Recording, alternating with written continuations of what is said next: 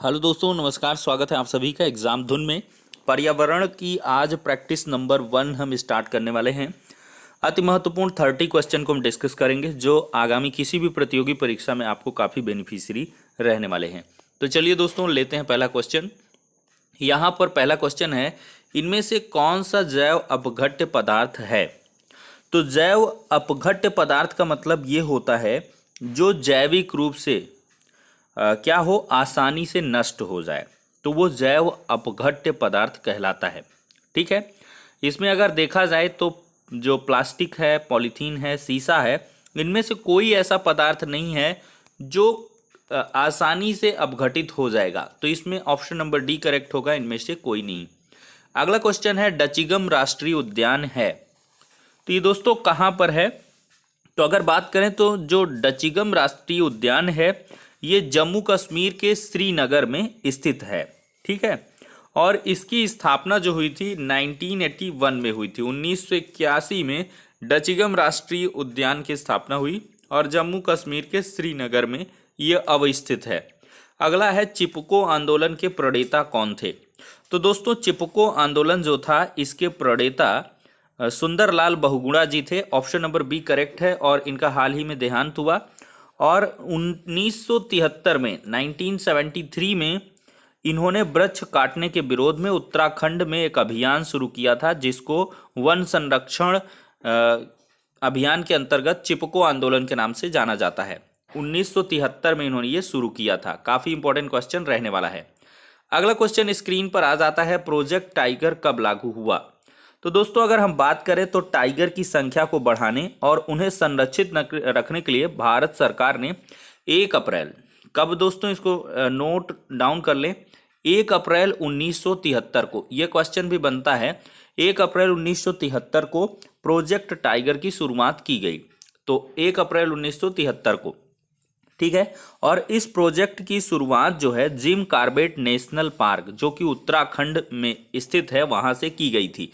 तो इस योजना की शुरुआत कब की गई थी, जिम कॉर्बेट नेशनल पार्क जो कि कहां पर है, उत्तराखंड में। तो प्रोजेक्ट टाइगर कब लागू हुआ, 1973 में। ऑप्शन नंबर सी करेक्ट है। दोस्तों अगला क्वेश्चन आ जाता है, समुद्र का कितना प्रतिशत जो जल है वो पीने योग्य है, पोटेबल वाटर।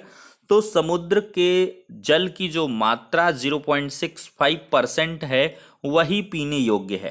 ठीक है।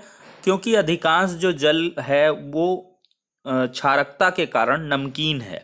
तो 0.65 इसका सही जवाब है। अगला क्वेश्चन है, BOD 5 क्या है। तो BOD का मतलब है biochemical oxygen demand in 5 days. Biochemical oxygen demand in 5 hours नहीं, मंथ नहीं, मिनट नहीं, ये मंथ्स है। नो सॉरी डेज है। सही मैंने इसमें टिक किया लेकिन बोल गलत दिया। तो biochemical oxygen demand in 5 days, देखिए एक मापन है जिससे जलवायु में ऑक्सीजन की मात्रा को मापा जाता है। ठीक है। और BOD 5 दिन में जैविक ऑक्सीजन के भाग की इकाई है। BOD 5 दिन में क्या, दिन में जैविक ऑक्सीजन के भाग की इकाई है। अगला क्वेश्चन लेते हैं, हरित गृह प्रभाव के द्वारा पृथ्वी पर कौन सा रेडिएशन होता है। तो ग्रीन हाउस इफेक्ट के कारण कौन सा यहां पर रेडिएशन होता है, इंफ्रारेड रेडिएशन सही होगा। Option number D. देखिए हरित ग्रह प्रभाव के कारण सूर्य की किरणें वायुमंडलीय परत को पार नहीं कर पाती हैं, परिणाम स्वरूप ये किरणें पुनः पृथ्वी पर आ जाती हैं। और अवरक्त किरणें जिनको इंफ्रारेड रेज कहते हैं, जैसा व्यवहार करती हैं इस प्रकार पृथ्वी पर इंफ्रारेड रेडिएशन में वृद्धि होती है। अगला क्वेश्चन है, लंदन धूम्र पाया जाता है। लंदन धूम्र कहाँ पर पाया जाता है। तो दोस्तों शीतकालीन मौसम में सुबह कोहरे जैसा दिखने वाला वायु प्रदूषण लंदन धूम कहलाता है। और इस तरह की स्थिति लंदन में उत्पन्न हुई थी, इसलिए सांकेतिक रूप से इसको लंदन धूम के नाम से, धूम्र के नाम से, स्मॉग, ठीक है, ये इसके नाम से जाना जाता है। तो 128 का सही हो जाएगा, शीतकाल में सुबह के समय। अगला क्वेश्चन लेते हैं, हवा का एक तीव्र भंवर जो समताप मंडल में बनता है और अंटार्कटिका के ऊपर छाया रहता है वो क्या कहलाता है? तो इसका सही जवाब है ध्रुवीय समताप मंडलीय बादल और ध्रुवीय बवंडर। ये ए और बी दोनों हो जाएगा। देखते हैं दोस्तों, क्षोभ मंडल की जो ऊपरी सीमा है और समताप मंडल की निचली सीमा पर पश्चिम से पूर्व दिशा में प्रभावित होने वाली परिध्रुवीय प्रबल पवन धारा को जेट स्ट्रीम या ध्रुवीय बवंडर के नाम से जाना जाता है। और इस पवन धारा का जो परिसंचरण है दोनों गोलार्धों में 20 डिग्री अक्षांश से ध्रुवों के बीच होता है। फलस्वरूप समताप मंडल में ताप और दाब की विषमता के कारण एक बड़ा बवंडर भी उठता है। अगला क्वेश्चन है, भोपाल गैस त्रासदी किसके कारण हुई थी? तो इसका सही जवाब होगा मिथिल आइसोसाइनेट के कारण। भोपाल गैस त्रासदी की अगर हम बात करें 1984 में हुई थी। कब? 1984 में। और ये घटना पेस्टिसाइड कंपनी में एमआईसी यानी कि मिथिल आइसोसाइनाइड गैस के रिसाव के कारण हुआ था। यह बहुत ही हानिकारक और विषैली गैस भी होती है। अगला क्वेश्चन है, श्वेत फेफड़ा कैंसर होता है। अगर बात करें दोस्तों तो टेक्सटाइल कंपनियों में काम करने वाले मजदूरों के फेफड़ों में रुई के छोटे छोटे कण सांस के द्वारा जमा हो जाते हैं और इसे ही श्वेत फेफड़ा कैंसर कहा जाता है। तो कौन से उद्योगों में ऐसा होता है? टेक्सटाइल से ये जुड़ा हुआ है। 131 का सी है। अगला है, निम्नलिखित में से किस गैस की गहन संलग्नता हीमोग्लोबिन से होती है? तो अगर देखा जाए तो कार्बन मोनोऑक्साइड जो CO है, कौन? CO, कार्बन मोनोऑक्साइड में ऑक्सीजन से ज़्यादा हीमोग्लोबिन से बंध बनाने की क्षमता होती है। तो इसी वजह से किस गैस की गहन संलग्नता हीमोग्लोबिन से होती है? कार्बन मोनोऑक्साइड की। दोस्तों, इतिहास में पहली परमाणु दुर्घटना कब हुई थी? तो अगर देखा जाए तो इतिहास की जो पहली परमाणु दुर्घटना है द्वितीय विश्व युद्ध के दौरान हुई थी और 6 अगस्त 1945 को अमेरिका ने जापान के शहर हिरोशिमा पर परमाणु बम गिराया हुआ था। तो ये काफी इंपॉर्टेंट घटना है, 6 अगस्त 1945। अगला है, सुप्रीम कोर्ट ने पर्यावरण और वन मंत्रालय को कब यह आदेश दिया कि ताजमहल के क्षेत्र में हरित क्षेत्र विकसित किया जाए? तो दोस्तों, ताजमहल के आसपास के क्षेत्रों में औद्योगिकरण के बढ़ने से वायु प्रदूषण और अम्ल वर्षा के परिणामस्वरूप ताजमहल पर धब्बा पड़ने लगा और इसकी दीवारों पर विपरीत प्रभाव पड़ने लगा। इसको देखते हुए 1994 में, कब? 1994 में, ऑप्शन बी करेक्ट है, सुप्रीम कोर्ट ने पर्यावरण और वन मंत्रालय को ताजमहल के आसपास हरित क्षेत्र विकसित करने के निर्देश दे दिए। अगला है, शांत घाटी को जिस राष्ट्रीय पार्क का दर्जा प्राप्त होता है वह स्थित कहाँ है? तो शांत घाटी अगर देखें तो दक्षिण भारत के केरल राज्य में स्थित है और यह स्थल विविधता का प्रमुख स्थल है। ठीक है, यानी कि हॉट स्पॉट है और इसे राष्ट्रीय उद्यान का दर्जा दिया गया है। तो इसका डी ऑप्शन करेक्ट होगा, केरल में। अगला है, कणिकीय प्रदूषण को समाप्त करने के लिए निम्नलिखित में से किस युक्ति का प्रयोग किया जाता है? तो कणिकीय प्रदूषण समाप्त करने के लिए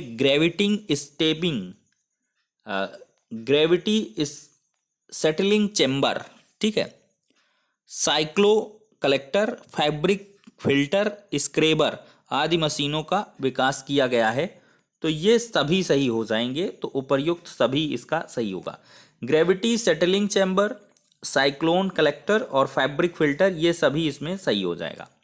अगला है, ध्वनि प्रदूषण नियंत्रण और रोकथाम नियम 2001 निर्देशित करता है। तो दोस्तों, ये निर्देशित करता है बी और सी को, लाउड स्पीकर के कारण ध्वनि प्रदूषण और किसी सभा में तीव्र ध्वनि के साथ स्पीकर का प्रयोग। अगला है, पौधों और जंतु की संकटग्रस्त प्रजातियों को प्रदर्शित करने के लिए आयुषीयन ने निम्न पुस्तक तैयार की है। तो ये पुस्तक है रेड डाटा बुक। आयुषीयन का फुल फॉर्म पूछेगा, international union for conservation of nature. ठीक है, रेड डाटा बुक का प्रकाशन करता है और रेड डाटा बुक 1964 से प्रारंभ हुआ है। ठीक है, 1964 से रेड डाटा बुक का प्रकाशन होने लगा है। दोस्तों, बिश्नो बिश्नोई संप्रदाय स्थापित किया गया था। तो बिश्नोई संप्रदाय की जो स्थापना है गुरु जम्बेश्वर यानी कि गुरु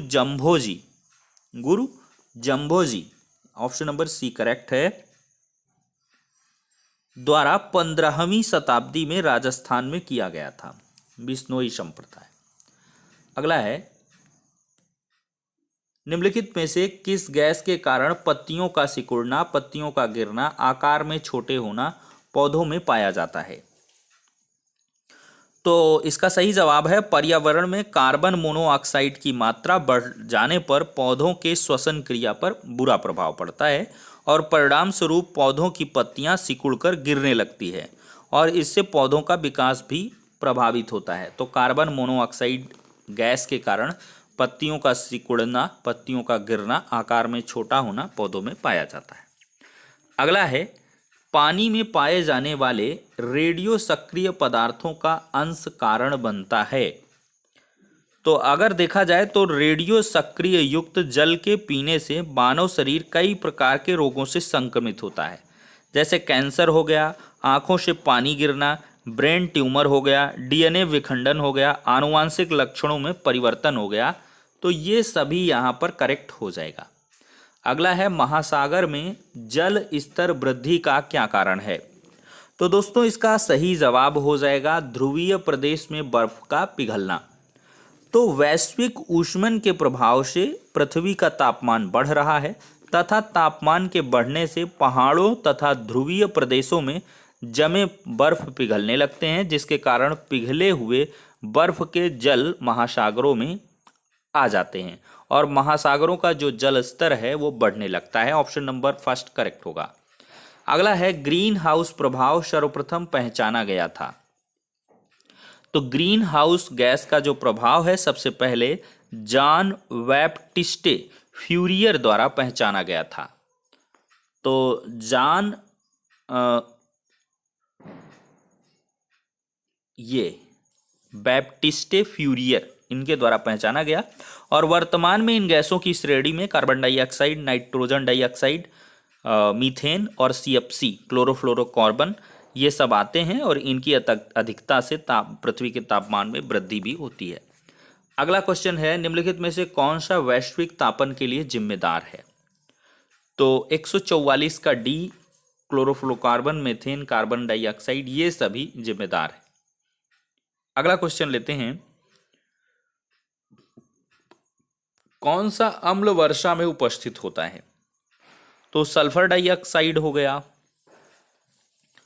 इसकी अधिकता से कभी कभी जल के साथ सल्फर द्वारा क्रिया कर लेने के पश्चात सल्फ्यूरिक एसिड का निर्माण हो जाता है, H2SO4 का, ठीक है। और जिससे अम्लीयता एसिडिटी बढ़ जाती है और इसे ही अम्ल वर्षा करते हैं और इसमें H2SO4 और HNO3 नाइट्रिक एसिड भी शामिल होता है। तो H2SO4 और नाइट्रिक एसिड ये ए और बी दोनों अम्ल वर्षा के लिए रिस्पॉन्सिबल है। अगला क्वेश्चन है, वन्य जीव संरक्षण पर निम्नलिखित में से कौन सा असरकारी संघ एनजीओ समर्पित है? तो वन्य जीव संरक्षण की अगर हम बात करें तो इसमें दोस्तों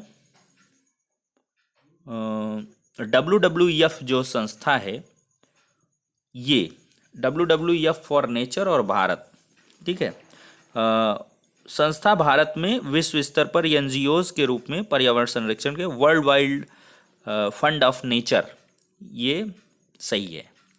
अगला क्वेश्चन 148 लेंगे, कौन सा अनुच्छेद सार्वभौमिक मानवाधिकार सुनिश्चित करता है? तो जो अनुच्छेद 15 है ना दोस्तों, ये भारतीयों के सार्वभौमिक मानवाधिकारों की धर्म, मूलवंश, जाति, लिंग या जन्म स्थान के विभेद के बिना समानता का अवसर प्रदान करने का अधिकार देता है। तो अनुच्छेद 15 हो जाएगा। 10% नियम किसके द्वारा दिया गया? लिंडमान के द्वारा ये दिया गया था, काफ़ी इम्पोर्टेंट है, ठीक है। और कब दिया गया? 1942 में, 1942 में ये दिया गया और यह नियम ऊर्जा उपभोग से संबंधित है। यह भी क्वेश्चन पूछता है, लिंडमान का नियम किससे संबंधित है? ऊर्जा उपभोग से संबंधित है। एनर्जी कंजर्वेशन, कंजम्पशन, सॉरी, उपभोग का मतलब कंजम्पशन। अगला क्वेश्चन है 150, EIA environmental impact assessment America में स्थापित किया गया। तो इन्वायरमेंटल इम्पैक्ट असेसमेंट ये 1969 ईस्वी में अमेरिका में पर्यावरण में प्रदूषण के घातक प्रभावों को प्रतिपादित करने के लिए किया गया 1969 में, 1969 में।